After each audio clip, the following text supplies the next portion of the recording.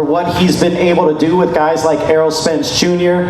and now a new undisputed king, Jermell Ironman Charlo, as he makes his way here with the devastating knockout of Brian Castano to now become boxing's 7th undisputed champion. And he's talked about he doesn't care about your pound for pound list. The main list he's wanted to be on is the undisputed list, and he's done that. He's made history and he's achieved his dream. Here is Jermell Charlo and trainer Derek James. Oh man, we can just watch it. I need some apologies. Watch it for No, you don't. You motherfuckers. No, you don't need that. ¿Viste lo que te dije, Willy? Straight up. Willy, ¿viste lo que te dije? Hey, what's poppin', everybody?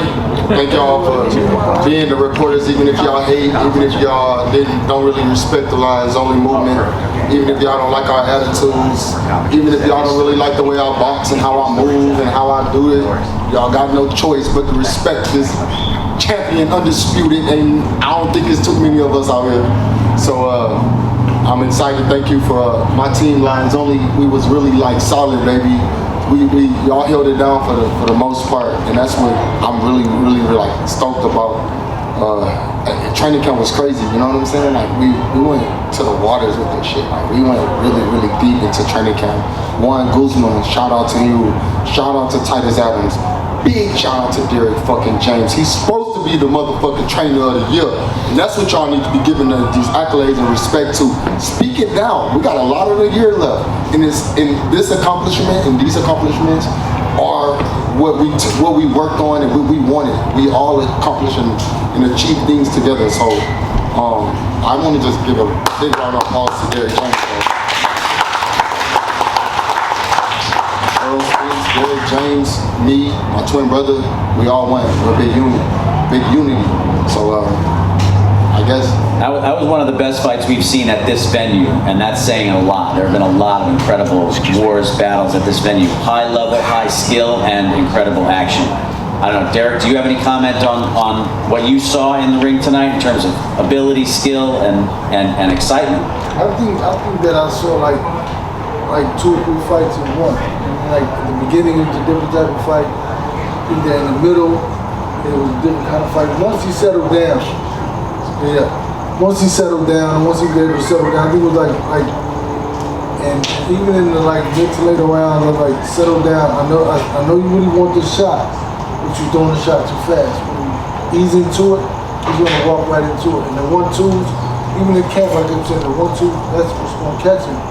And with the movement, he has to keep adjusting, keep readjusting. So Jermell did everything he needed to do to set up all the shots. I remember like getting in the middle of the round, I think like 3 or 4 that I was trading, came back to the corner, feeling like, motherfucker, like, yeah, like, you gonna bang it out with me. Right. So they're like, we don't gotta get into that type of fight. All right, I'm gonna give it like 2 more rounds, 3 more rounds, and then I get back on the outside and boxing and then just be a little bit more clever and use my skills and technique to just lead us to victory. We don't gotta worry about the knockout. I sure was trying to get it. And really, I was telling them, really, what the thing about it, a lot of times he was missing the shots. Trying to tell him, shoot to the shoulder, shoot to the, because here, he's always gonna keep ducking. So the shots we threw were shots that ran him into another shot. So when you shoot the shot, every shot, the second shot anyway, is the one that made him fumble. So it was like he ran him into another shot. So it was not just the first shot, it was the second shot. The third shot that really get him. It was a good fight though. And one good thing about Derek James, I mean, well, let me pause that. One great thing about Castano is like his game plan is to possibly try to win the end of the rounds or get in good shots towards the end of the round. And it was like, hold on, I gotta be aware of that. I went in there the first couple rounds, and I'm like, I gotta stay strong on everything he's doing, you know what I'm saying, to be aware. So I'm trying to be aware, and I was, just trying to tune out everybody else and just focus on what we've been working on. And so that jab to the body, you try to be more effective using that. So it's what you got going on, man? Questions from the press? Question here. Ellie was the one of the first one. Sorry, guys. Marcus Hayes, Fight Hub TV. Jermell, congratulations. Derek, congratulations tonight. I'd like to talk to you from round 4 to 7, Castano looked, or from round 4 to 7, he looked like he was staying with you. And all of a sudden in round 7, you seem to have raised your level. What was it in round 7 that made you separate from him and start to make him be flat-footed? Like in boxing, sometimes you can realize that you don't gotta like how you knock people out, and sometimes it's like, okay, he pressing the action, but he kind of respecting my power. So it's like, hold on, I ain't gotta move that much. So from that point on, that's when I started realizing, oh man, I ain't finna do all of this extra shit. Come on here and run into a shot, and I just kept on trying to set that up, and that's how I happened. You know, He was breaking him down, to be honest. That's what it was. He was breaking him down. That's just the Charlo way of breaking somebody down. Breaking him down. Was this your best performance, would you say? I say yeah, because I showed the fans, I showed these haters that I could sit there and bang and trade. I can get hit with shots. I'm a fighter, I'm a boxer, you know what I'm saying? So I think by far I came in really in shape. I weigh 152, you know, that haven't happened almost my whole time of being in 154. So, and I ain't done yet. I'm still growing and learning and making mistakes, and I can learn from this fight, learn from the last previous fights. So this is a rally right now. So I'm on my shit, like, you know what I'm saying? I'm tough to beat because of the fact that I got some power, some speed, I got good movement, I can set up shots and place them when I want to, and so I'm trying to be great. Jermell, Sean Totero, Fight Hype, congrats, man, great performance. What were, and Derek, you could tell us too if that's okay, what were the adjustments from Fight 1 to Fight 2 that let you get the knockout? And was this, you know, in terms of studying styles, was this a really good fight for young fighters to study being a boxer puncher?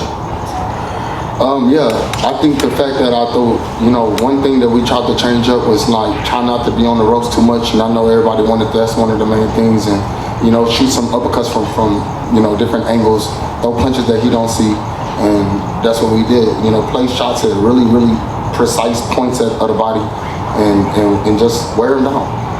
Right, and really like the goal really was like for Jermell to be able to create the punches that he wanted to throw.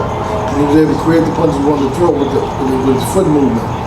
Because Castano had to keep resetting, and he opens himself up for the other shot. And he was just ready. And it all, like everything, the punches that he landed to knock him out was like over time. But like knockouts don't really, you might catch a guy like Tyson, right? But Jermell's situation was different because he was breaking him down, and he created those shots he wanted to shoot. And like I said, we shooting these short shots. That's what really caught him, was a shot, short shot. It was the delayed reaction. I mean, he took him out. Jermell, Mike Coventry, ESPN. Congrats on an amazing performance, becoming undisputed. Are you sure? You gonna change that list? We love him. Don't worry about I him. love him. I love him. You love him. I was on you from the beginning. I know you remember that. So, Go and ask your question.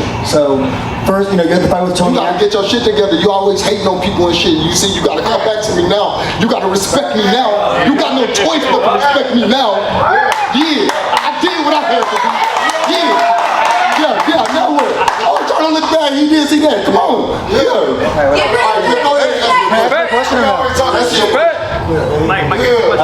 So first fight with Tony Harrison, you know, close fight. I thought you won, and you come back and you knock him out. This time you knock out Castano after a close fight. What does that say about your boxing IQ? Did you make all these adjustments and getting knockouts after? I'm high on IQ then. I mean, that's what ESPN wanted to hear. I mean, IQ is really high and great.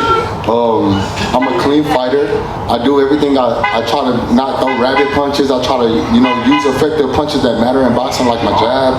And I use like strong punches, and I'm a very strong 154 pounder, and I've been at this weight for some years. So I'm trying to figure out, like, did y'all watch the first fight? A lot of those shots that Castano was throwing, even in this fight, you know, they were sliding off the gloves. I was blocking majority of those punches. It just sounds good because of the crowd is rallying.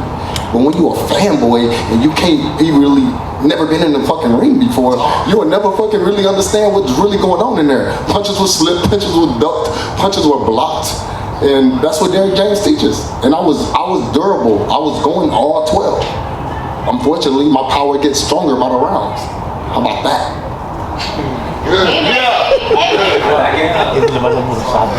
Jermell, congratulations. I don't know, you know, I can't really worry about what sanctioning fees. All right, I get paid great, and they gotta pay me even more for the shit like this. You know what I'm saying? I made history tonight. I became the undisputed champion. Nobody has ever been undisputed champion at 154 with 4-belt era. Plus, I'm African American. I represent my people. For the ones that don't really believe that, shout out my mom, I heard you. Jermell, Muhammad Mubarak with the Electronic Urban Report. We are a black publication. I write a column called Ringside Update, and I want to know, how do you feel about, at the end of this fight, the big crowd, the people behind it? You made it a great fight. You made it one of the greatest fights in history, and I want to tip my hat to you and leave it off. How do you feel now? I feel like I really accomplished something like very, very important, that very, very major, something that's gonna stand for a very long time. Just every time they think about, I feel like I made it to a Hall of Fame level. I know hating ass ESPN ain't gonna tell me to believe this, but I made it to a very, very strong pedestal in my career. You know what I'm saying? And so I believe that, like, I get to call the shots, I get to do what I do, and who knows what's next for me in boxing. You know what I'm saying? I listen to my coach. We gonna stick to the game plan, stay back in the training, because we know we got mandatories, bro. When you become the top tier like this, you got all these sanctions. Everybody #1. Everybody want a shot at the title, and it isn't looking good. But I'm busy. They gotta fight each other. I'm busy. Thank you for putting on a great performance. James Bell of the Boxing Source here. Back in April, when we were talking about this fight, you said that you were going to knock him out, but also, have the patience from round 1 to round 12 to, try to work towards it. How is it to kind of like actually execute that, and then in round 10, finally getting it, and then being named the undisputed super welterweight champion of the world?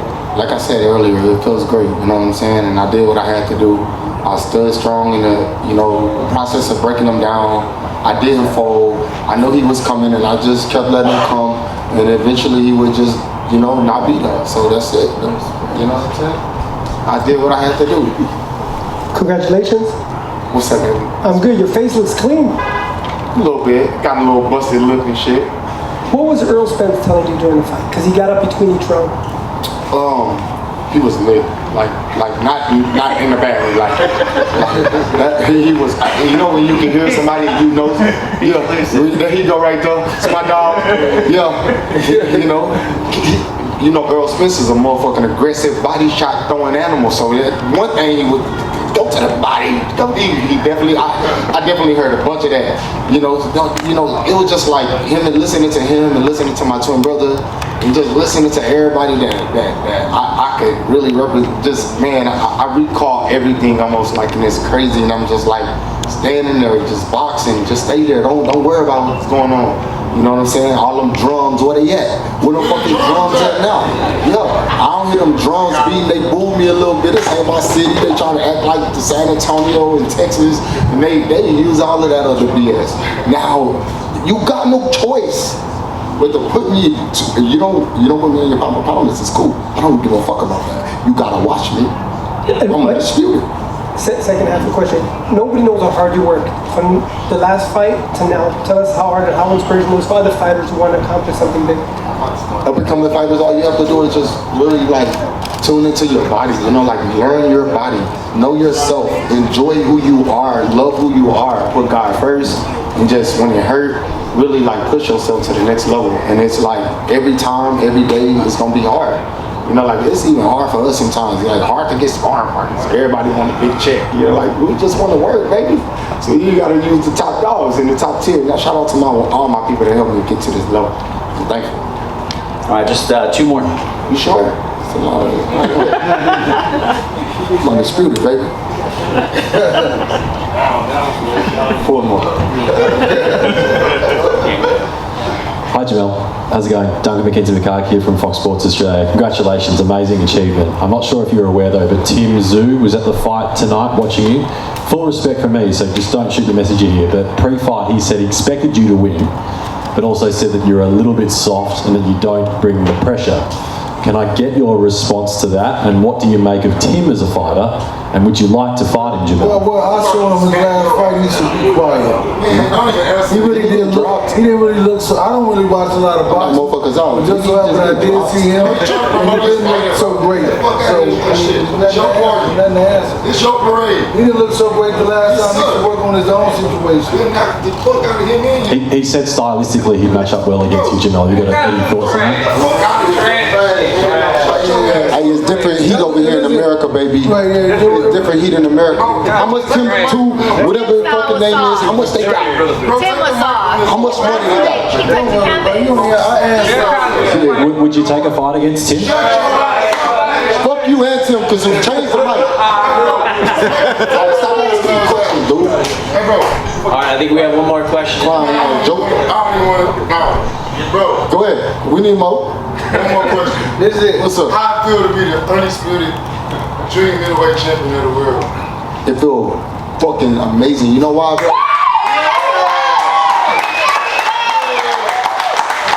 I could count back on who had that IBF belt before you, and you moved up, and you was like everybody in our own lane, and I fucking love Texas, dog. We got Earl Smith at 47, me at 54, my brother at 60. We a fucking trio. We fucking the Bash Brothers. Motherfucking Bash Brothers. He gonna get that title next, I'm telling you. The money gonna keep going up, and we gonna feed our family. So how do I feel? I'm fucking amazing. Amazing.